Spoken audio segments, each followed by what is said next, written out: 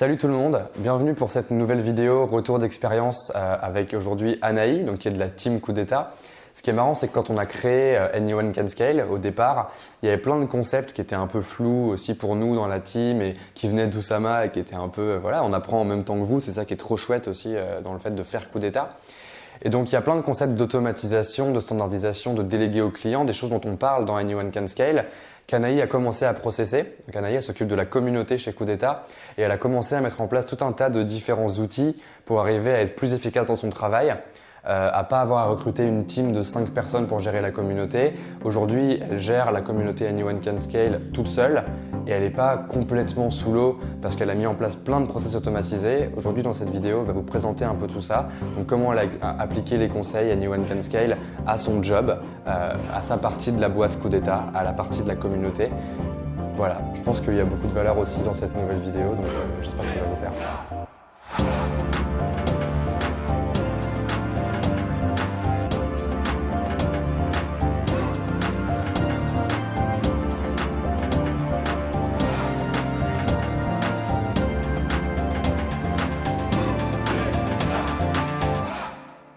Salut, moi c'est Anaï, du coup je suis Head of Community chez Coup d'État et en gros si je dois résumer mon job c'est vraiment le care de toute la communauté et en particulier aussi donc il y a donc la communauté Coup d'État au global mais aussi ceux qui ont acheté Anyone Can Scale parce que du coup il y a un process qui est assez particulier qu'on a mis en place du coup pour ces personnes-là. Donc quand je suis arrivée chez Coup d'État, en fait il y avait déjà les précommandes qui avaient commencé d'Anyone Can Scale, mais il n'y avait rien qui avait été mis en place ensuite. Donc les gens juste achetaient Anyone Can Scale et voilà. Et on avait un spreadsheet où on avait juste les noms des gens, les mails des gens qui avaient acheté Anyone Can Scale. Donc ça c'est vraiment la situation initiale quand je suis arrivée.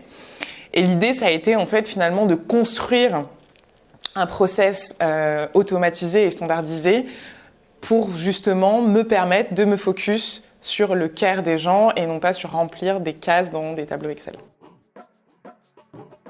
Au début, en gros, j'avais ça. J'avais donc tous les gens qui avaient acheté Anyone Can Scale avec leur mail. Et donc l'idée, c'était... Que tu rentrais à la main. Que je rentrais à la main, ouais. Parce que je les reprenais depuis le Slack ici. Quand je voyais qu'il y avait une vente, hop, tac, je vais aller voir qui c'était, je prends le mail, je le rentre à la main et je me retrouve ici. Donc j'avais l'email, nom de famille, machin, etc. L'idée, c'était, la date d'achat, de faire, parce que c'était en précommande, donc Anyone Can Scale n'était pas sorti, de faire un premier call pour savoir du coup comment ils avaient connu, etc. pour nous avoir du feedback derrière, et ensuite l'envoi du love package.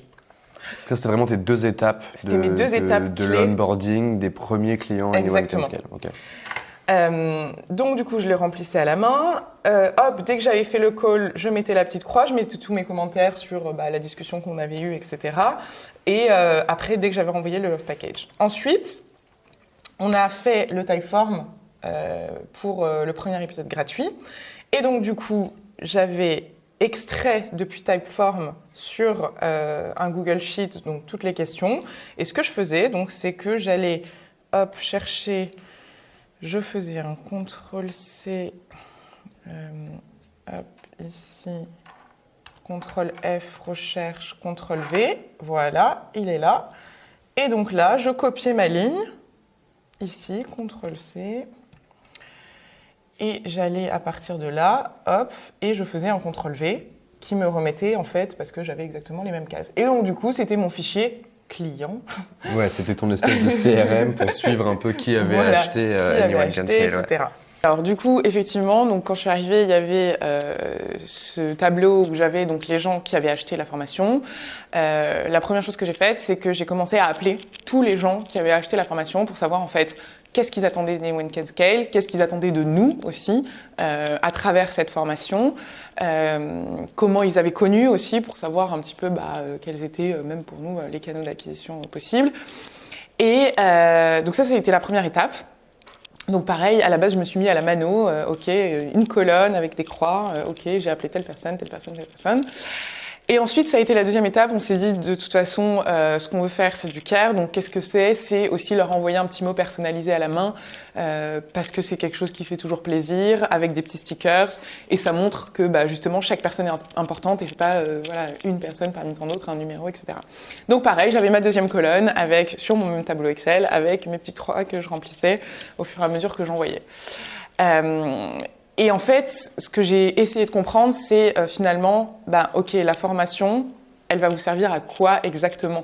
Parce que au final, on a vendu une formation, alors évidemment pour standardiser, automatiser, enfin vraiment scaler les boîtes, mais quelles étaient les problématiques individuelles? Parce que finalement, on voit que tout se recoupe, que les problématiques de chaque personne, c'est pas des problématiques uniques, mais c'est des problématiques qu'on peut justement mettre dans un moule, entre guillemets. Donc ça a été de dire, ok, comment à partir de là, moi je vais pouvoir créer un process de care finalement pour les onboarder dans Anyone Can Scale et pour leur dire ok déjà vous me connaissez pas donc coucou c'est moi, je t'envoie un petit mot, on se fait un call, tu m'expliques un peu tes problématiques, je comprends qui tu es, etc.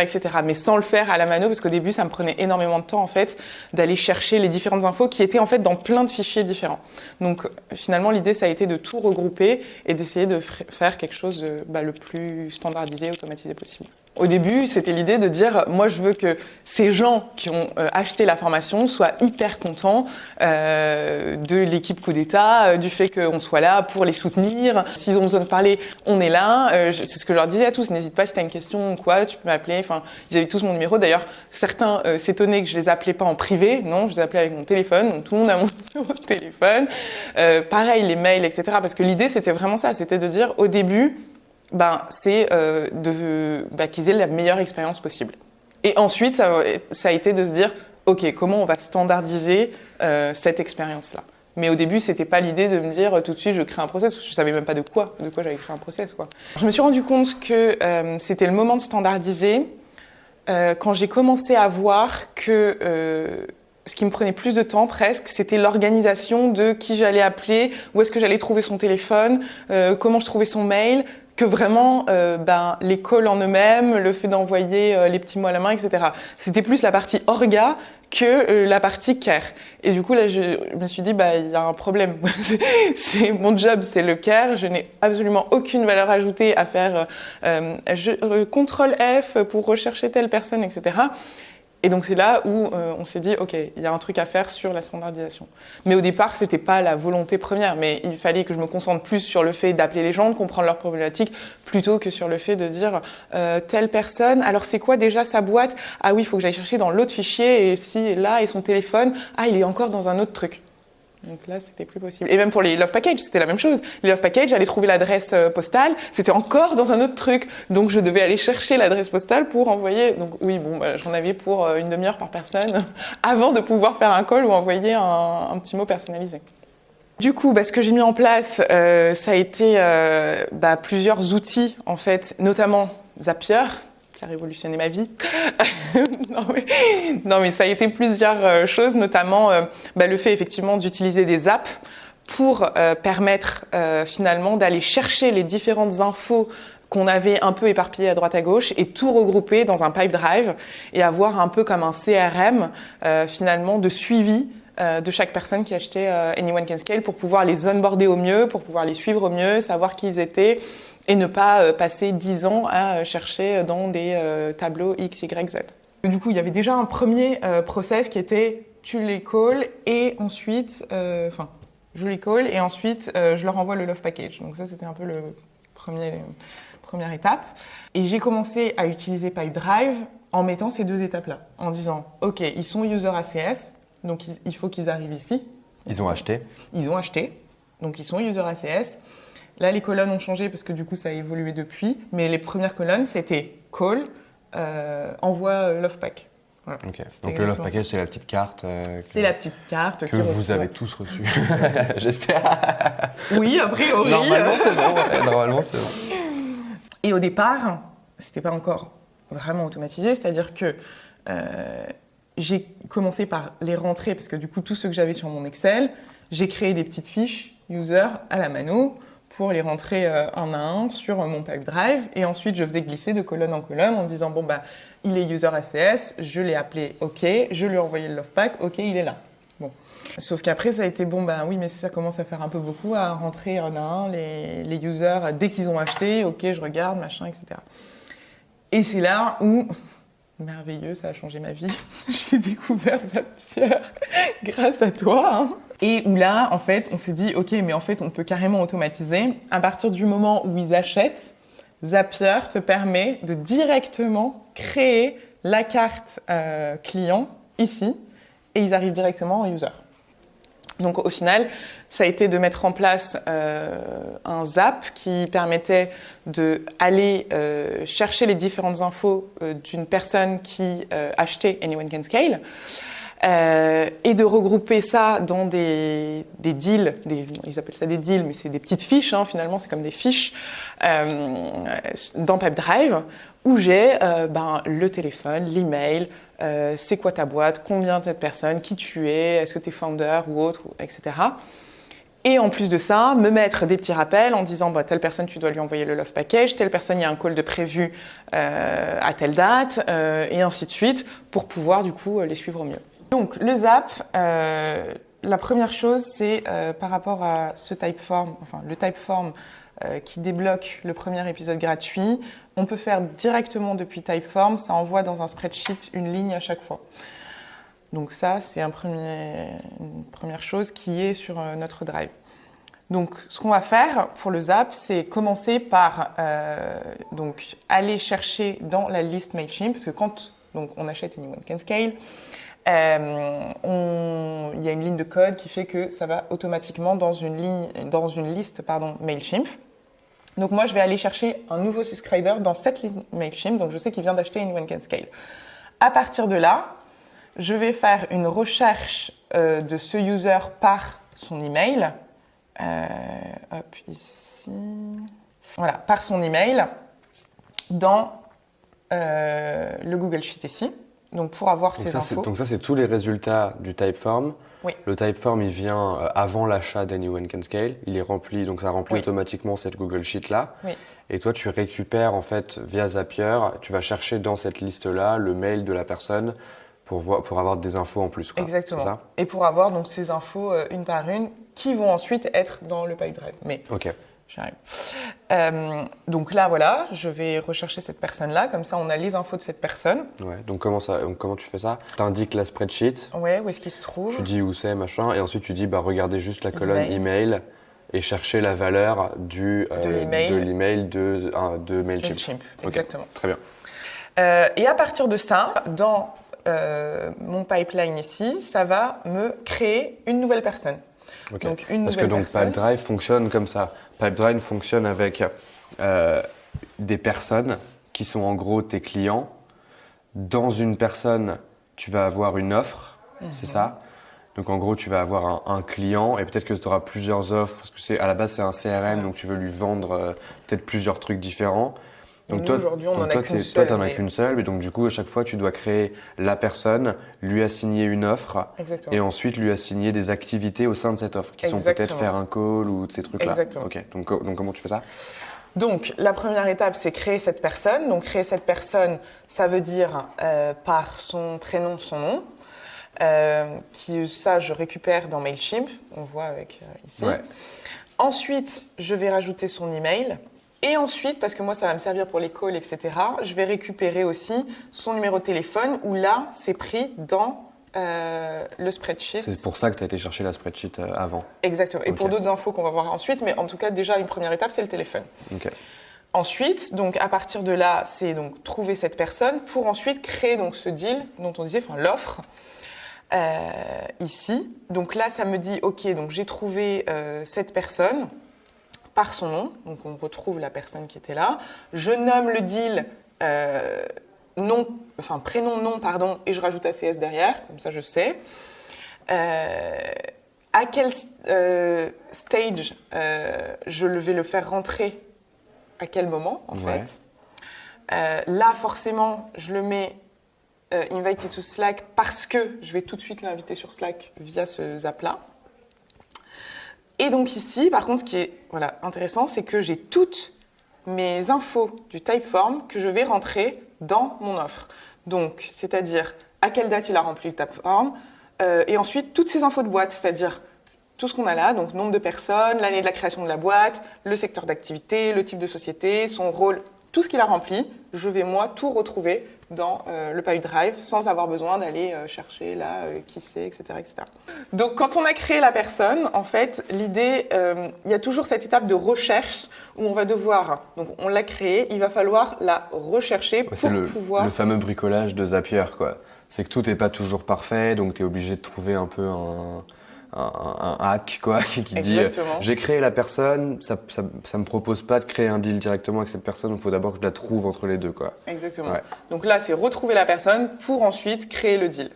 Si on récapitule, là, rien qu'avec cette étape-là, si on enlève Activity et Invite New User, là, ça veut dire que dès que quelqu'un tombe dans la liste Mailchimp, c'est déjà fait automatiquement dans la plateforme Kudeta, dès qu'il tombe dans la liste Mailchimp, toi, tu vas récupérer ces infos et créer un deal de Pipedrive qui va tomber du coup ici dans cette colonne, c'est ça, dans la colonne User ACS, oui. Pour que tu puisses commencer à éventuellement les appeler. Là, il y a invitation à Slack, etc. Mais c'est les appeler, leur envoyer le love package, etc. Et ça te permet d'avoir automatiquement toutes les infos dans une seule liste, oui. Qui est une liste qui n'est pas un Google Sheet et qui te permet de gagner du temps, quoi. Complètement. Rien que ça. Et ensuite, tu as encore modifié ce truc-là, c'est ça? Exactement, parce que du coup, l'idée maintenant, c'est de dire, OK, en plus de ça, alors, moi, ce qu'il va falloir faire, c'est que je leur envoie le love package, donc ça, c'est la priorité. Donc, j'ai créé une activité parce que du coup, effectivement, là, ils vont être invités dans le Slack en même temps que ce zap-là, parce qu'on voit là, invite new user. En revanche, moi, ce que je voulais, c'était une petite notif, quelque chose qui me dise « Ah, mais à lui, tu lui as pas envoyé le love package. » Donc, j'ai créé une activité qui va me dire, en fait, ici, que à cette personne-là, donc qui est un nouveau user Anyone Can Scale, il va falloir lui send love pack. Et donc, à partir de là, je me mets, donc cette même personne qu'on a recherchée, qu'on a créée, etc., une tâche, et en disant quand est-ce que je veux que cette tâche me soit notifiée, next Monday at 10 a.m. Donc voilà, donc le lundi d'après, ça me notifie comme quoi, ah attention, à lui tu dois lui envoyer. Et ici, moi j'ai dans les activités, hop, les personnes à qui je dois envoyer le love package. Et donc après je valide, etc. Et enfin, la dernière étape qui constitue dans le MZAP, c'est inviter le user au Slack Anyone Can Scale. Donc, pareil, ici, en fait, via son email, ça va directement lui envoyer une invitation au Slack, ici, Anyone Can Scale. Au départ, ça a été de me dire, bon, OK, mes deux actions, c'est les calls et l'envoi de love package. Donc, ça va être mes colonnes. Call, envoi de love package. Et je bougeais mes petites cartes à la mano, comme ça, sur chacune des colonnes, comme ça, je suivais. Sauf que on a rajouté des choses parce que du coup on a sorti la formation Anyone Can Scale, donc on a rajouté le fait de inviter des personnes au Slack. Au tout début c'était pareil, hein. Quand on a sorti le Slack, j'ai invité tout le monde à la main. J'ai importé un fichier Excel dans Slack pour inviter les gens. Mais l'idée ça a été de dire rapidement attends, comment est-ce que je peux arriver à faire que la personne tout de suite elle rentre dans mon Pipedrive, mais que j'ai pas à chaque fois me dire il faut que je prenne son mail et que je l'invite via le Slack. Donc, le Zap, j'ai rajouté une étape dans le Zap qui permettait d'inviter automatiquement une personne dans le Slack Anyone Can Scale. Et en parallèle de ça, parce que tu reçois un mail Slack qui parfois va dans les spams, etc. C'était l'idée de dire depuis mon mail perso, je veux leur envoyer un petit mail en leur disant coucou, trop cool, t'es là, je t'ai envoyé un petit mail je t'ai envoyé une invitation Slack, vraiment regarde dans tes spams si jamais tu l'as pas reçu, etc. Parce qu'il y en a plusieurs qui m'avaient remonté le problème.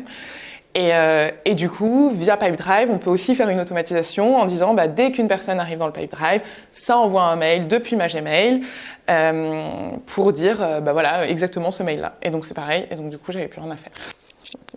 Parfois, l'invitation Slack peut aller dans les spams, etc.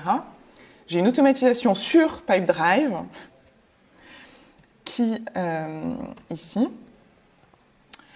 Qui leur envoie un petit mail depuis mon mail Gmail en leur disant Parce que donc on peut créer aussi des automatisations. J'ai pas voulu le faire par Zapier parce que je me suis dit tant qu'à faire, c'était directement gérable depuis ici et ça évitait d'avoir un Zap en plus côté Zapier.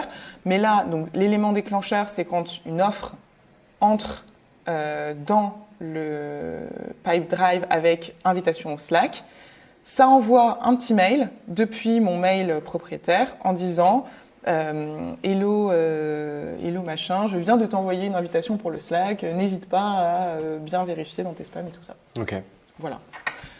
Donc ça, trop bien. C'est en plus. Si on récapitule, tu vois, le gros avantage en fait, c'est qu'ici, toi, tu as directement, à partir de ce Scriber, Mailchimp, tous les gens qui tombent automatiquement via Zapier dans ton Pipedrive. Ouais. Depuis Pipedrive, tu peux aussi créer des nouvelles automatisations en fonction de ton process et tout ça. Et donc, tu as un process qui est automatisé. Oui. Tu as gagné du temps. Ah, complètement. J'ai gagné beaucoup de temps. Et du coup, ça te permet aussi, toi, de prendre ce process-là qui est clair et de venir y apporter des modifications, de l'améliorer un peu comme tu veux, en modifiant à chaque étape, parce que tout est gravé dans la tech, quoi. Finalement. Exactement. Combien de temps ça m'a fait gagner je saurais pas dire exactement combien de temps, mais en tout cas, vraiment, peut-être, vraiment, sans rire, peut-être au moins 2 jours par semaine, ce qui est quand même énorme, parce que je passais beaucoup de temps sur aller chercher les infos à droite à gauche, et honnêtement, même mon ordi, il y avait 10 000 fichiers ouverts, c'était un peu un bordel pas possible. Là, tout est regroupé au même endroit et tout est automatisé et j'ai même plus de mails one-to-one à envoyer. Donc, je dirais franchement, oui, à minima 2 jours par semaine. Si je devais retenir une leçon de tout ça, je dirais que avant même de mettre en place des process, il faut essayer de comprendre quel process tu vas mettre en place. Parce que c'est ça le truc, c'est que souvent on a dans sa tête une idée, mais qui ne va pas être la réalité. On peut se dire ah oui, moi je veux que ce soit comme ça, comme ça, comme ça, et puis en fait tu te rends compte que pas du tout, parce que les gens vont te dire ah mais le problème c'est ça ou le problème c'est ça. Donc bon, première chose déjà, c'est ce que j'ai fait au tout début, faire les calls, parler aux users, etc. Et après, pour moi, c'est de vraiment construire au fur et à mesure les étapes. C'est-à-dire que c'est pas besoin d'avoir une étape de 1 à 10 hyper précise, etc. Si tu n'as que 2 étapes au début, comme moi j'avais les calls et envoi de la plaquette, j'avais que 2 étapes. Et au fur et à mesure, j'itère sur le truc et je le fais évoluer. Peut-être que demain, ça va encore changer. Peut-être que demain, on va rajouter un truc et je vais rajouter des étapes dans mon process d'automatisation. Mais c'est ne pas avoir un truc figé dans le marbre, parce que ça, c'est souvent un peu le truc. C'est figé dans le marbre, j'ai fait ça m'a pris 10 heures, donc je ne vais plus le toucher. Non, ça va tout le temps bouger. Alors, moi, je pense que ce qui est hyper important, alors c'est pas parce que je suis Head of Community, mais je pense que la communauté est vraiment ultra importante aujourd'hui, qu'on apprend aussi beaucoup par ce qu'on fait les autres. Et donc, j'invite vraiment, si vous avez des expériences à partager ou justement des process que vous avez mis en place pour partager avec les autres et du coup en apprendre les uns par rapport aux autres, à venir le faire.